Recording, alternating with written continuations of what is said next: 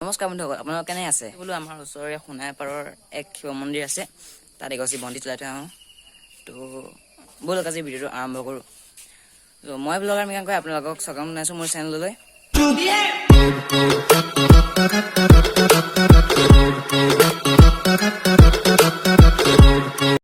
তো আমি গৈ আছোঁ এতিয়া গৌৰীনাথ মন্দিৰ।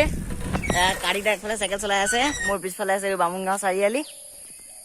তো আমি এইফালে যাম, এইফালে এয়া দাদাহঁত ৰৈ আছে, এইফালে যাম আৰু এইফালে গৈ আমি পামগৈ গৌৰীনাথ মন্দিৰ।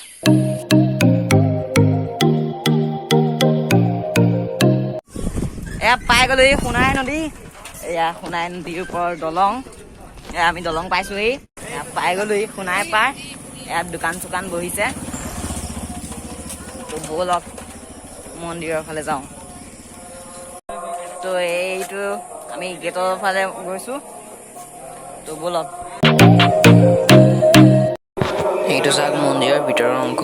ইয়াত ধূপ জ্বলাব নোৱাৰি, ধূপ বাহিৰত জ্বলাব লাগে। ইয়াত ধূপ জ্বলাই সেৱা কৰিলোঁ। এতিয়া আমি যাম ওচৰৰে আন এটা মন্দিৰলৈ। এয়া আমি আহিছোঁ টিকাল ভৈৰৱ ধুনী মঠ। ইয়াতে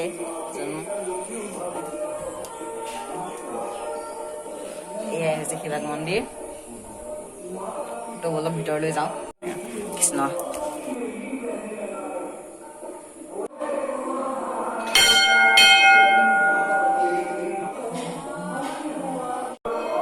এয়া আহিছোঁ কৈলাশলৈ।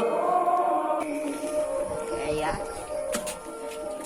ভিতৰলৈ সোমাই নতুনকৈ বনাই আছে, বনাই সম্পূৰ্ণ হোৱা নাই, নতুনকৈ বনাই আছে। ইয়াত এইফালে চাওক, আন্ধাৰ দেখাই নাপায়, নতুনকৈ বনাই আছে। আমি বাহিৰলৈ ওলাইছোঁ, সোণাই নদী আৰু আমি আছোঁ সোণাই পাৰত। এইটোৱে হৈছে সোণাই পাৰৰ মন্দিৰটো, এইটো নতুনকৈ বনাই আছে। আমি আছোঁ মন্দিৰৰ পিছফালে। মন্দিৰৰ পৰা ওলাইছোঁ, তাৰ পৰা ঘৰলৈ যাম। তো চাই থাকক ব্লগটো। আহিলোঁ, এয়া দলং পাৰ হ'লোঁ, এতিয়া আমি গৈ আছোঁ ঘৰলৈ। তো আহি পালোহি ঘৰ।